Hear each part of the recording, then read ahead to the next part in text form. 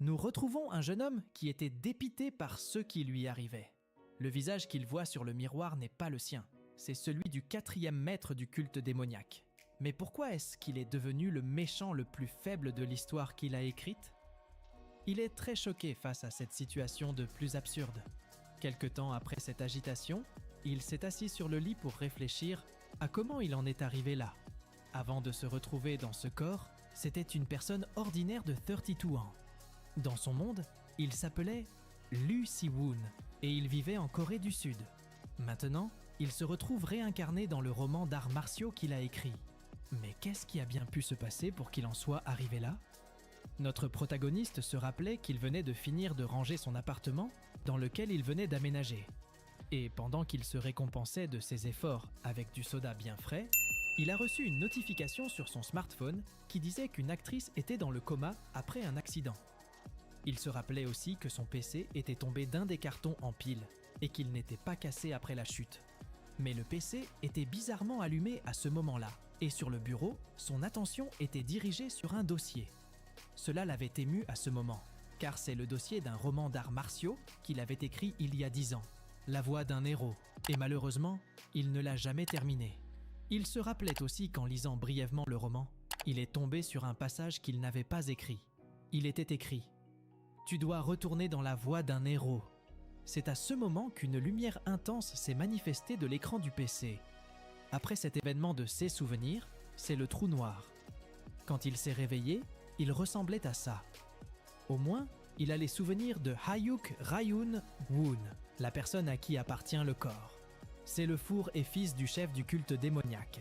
Il avait perdu conscience 1 mois après être tombé de son cheval parce qu'il avait eu peur d'une abeille. Mais qu'est-ce que... Des souvenirs de Ha-yuk Ryon-woon déferlaient dans sa tête. Qui est le personnage Ha-yuk Ryon-woon? Il aimait s'amuser avec d'innombrables femmes. Il méprisait et était irrespectueux envers les roturiers et s'adonnait à toutes sortes de plaisirs tels que l'alcool. Tous ces méfaits apparaissent dans sa tête, comme si elle allait exploser. La méchanceté de Ha-yuk Ryon-woon dépasse l'imagination de notre protagoniste. Mais il a plus de ce souci à se faire, car dans un futur proche, il se fera tuer au cours d'un affrontement. L'idée de sa mort le terrifiait, au point d'en faire une crise de panique. Pourquoi il a fallu qu'il soit un personnage insignifiant? Dans cet avenir, il va se faire tuer d'un coup par le personnage principal afin qu'il puisse devenir le héros de l'histoire. Parce qu'en fin de compte, il s'est réincarné dans le corps d'un faible. Soudain, il était préoccupé par l'envie de rentrer dans son monde avant de se faire tuer de la sorte. Il avait besoin d'un plan. Vite un plan. Il a eu la révélation, malgré ses méfaits, qu'il est quand même le 4e jeune maître du culte démoniaque, ce qui sous-entend qu'il doit détenir une fortune digne d'un héritier d'une grosse compagnie de son monde.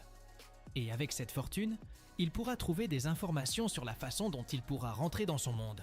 Alors c'est décidé, même s'il n'est pas le héros de ce roman, il ne crèvera pas.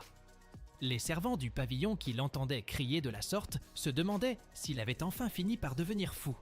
En se regardant dans le miroir, il trouve qu'il a une sale gueule.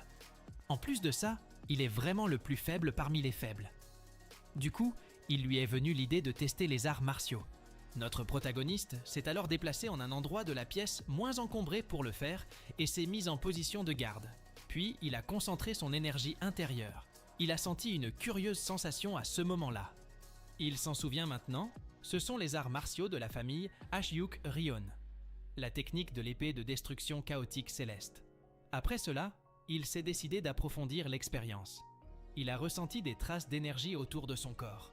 Cette fois-ci, c'était le QI. Puis, il s'est mis en position offensive pour lancer une attaque de sa main droite. En une fraction de seconde, il a lancé une puissante frappe de sa main droite. Il était satisfait que cela puisse marcher.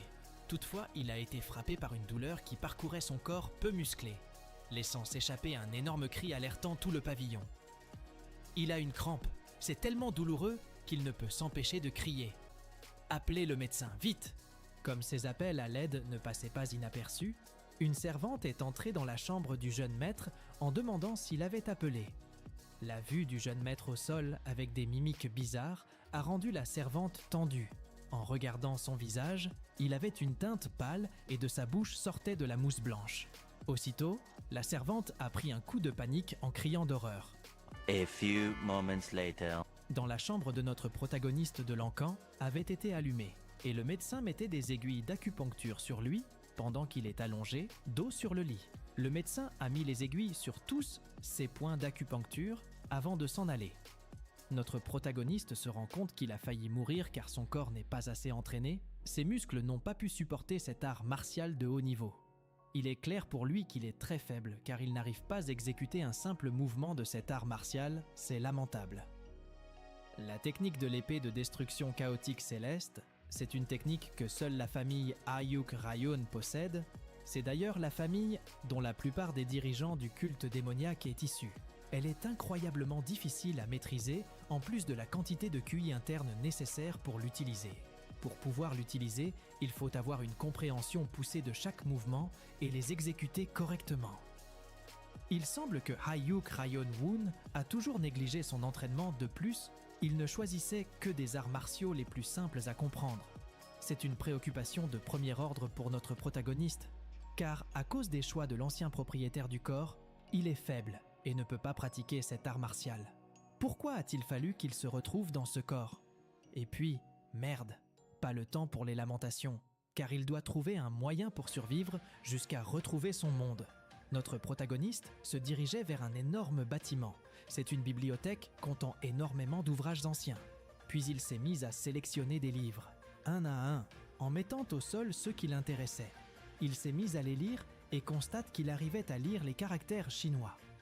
Pour l'instant, son objectif est d'en apprendre plus sur le culte démoniaque. Alors il se documente sur le sujet. Dans ce monde, le culte démoniaque n'utilise pas cette appellation. Ses membres utilisent l'appellation du culte divin, pour être plus précis le culte divin du soleil et de la lune. Pendant la dynastie Yuan, ce culte a répandu largement son influence parmi les peuples Han, qui vivaient dans la souffrance et s'est établi dans les plaines centrales, gagnant ainsi en puissance. Il a ainsi aidé Zhou Yuanzhang à se libérer de l'emprise de la dynastie Yan. Finalement, Zhao Yuanzhang a pu renverser la dynastie Yuan et fonda la dynastie Ming. Craignant la puissance et l'influence du culte divin, il les exila au début de son règne. C'est ainsi qu'ils se sont reclus à Xinjiang, loin des plaines centrales, en vivant dans la souffrance. C'est à l'avènement du troisième dirigeant du culte, guidé par sa haine envers le peuple, qui après les avoir aidés les a rejetés, qu'il accumula assez de troupes pour retourner dans les plaines centrales et faire régner le chaos. Cependant, son rêve fut brisé à chaque tentative par l'alliance du Murim et par l'armée impériale. C'est d'ailleurs ce qui poussera le 15e dirigeant du culte divin, avec son père, à soumettre la région ouest hors du pays, avant de reconcentrer toutes ses forces sur les plaines centrales. Notre protagoniste conclut alors que c'est la raison pour laquelle Hayuk Rayun se retrouve à affronter le personnage principal. Au cours du festival du démon céleste, le 15e dirigeant du culte divin a l'intention de choisir un successeur et dévoiler son plan. Notre protagoniste sait déjà qui sera choisi, il en est l'auteur après tout. Après ce festival, celui qui sera choisi en tant que successeur enverra une avant-garde dans les plaines centrales et comme Hayuk Rayun Woon sera vaincu lors de la compétition à plate couture, c'est lui qui sera forcé à mener cette unité pour compenser ses lacunes. Et au cours de cette mission, il se moquera du personnage principal, qui est à ce moment inconnu et se fera tuer en un seul coup. D'après ses calculs, il ne lui reste que 2 ans avant cette tragédie. Notre protagoniste ne veut pas que cela se passe comme il l'a écrit et réfléchissait à un moyen d'y échapper. Sur une feuille de papier, il décide de noter tout ce dont il se souvient de son roman. Dans la cour, un vieil homme était en compagnie d'une servante. Ils étaient en train de marcher. Le vieil homme demande à la servante si le jeune maître demande de le voir à l'étude. Elle a répondu à l'affirmatif. Dans leur conversation, il exprime à la servante son étonnement, car ce n'est pas un endroit pour ce genre de personnes. La servante ajoute à cela qu'après le réveil du jeune maître, il a longtemps crié en une langue incompréhensible, et que ça fait des heures qu'il est en train d'écrire dans l'étude. À ces mots, le vieil homme était interloqué, et demande à la servante si elle dit vrai, et elle répond à l'affirmatif. Il demande alors à la servante de se retirer et de ne parler à personne d'autre de ce que fait le jeune maître, et elle a répondu à l'affirmatif. Le vieil homme s'est mis à courir, se dirigeant ainsi vers l'étude. Une fois devant la porte, Il se demande si le jeune maître est totalement guéri, ou qu'est-ce qu'il devra faire s'il était devenu fou. À la suite de cela, il est entré dans la salle en demandant au jeune maître s'il l'avait appelé. À sa vue, notre protagoniste, d'un air enjôleur, était content de le voir. « Vous êtes enfin là, ancien Quan !» À se dire, l'ancien n'en revient pas. Est-ce qu'il a vraiment perdu la tête ? Même sa façon de parler a complètement changé. Le vieil homme se souvient de comment le jeune maître le traitait comme un moins que rien avant son accident. Notre protagoniste lui tend une chaise pour qu'il puisse s'asseoir, chose que l'ancien propriétaire n'aurait jamais faite de son vivant. À quel point il a changé ! Une fois que les deux hommes ont pris place, notre protagoniste a entamé la discussion avec l'ancien. « Votre travail consiste tout simplement à vous occuper de moi, ou vous êtes chargé de gérer toutes mes possessions. » Les deux. Dans ce cas, si je vends tout ce que j'ai, combien aurais-je d'argent ?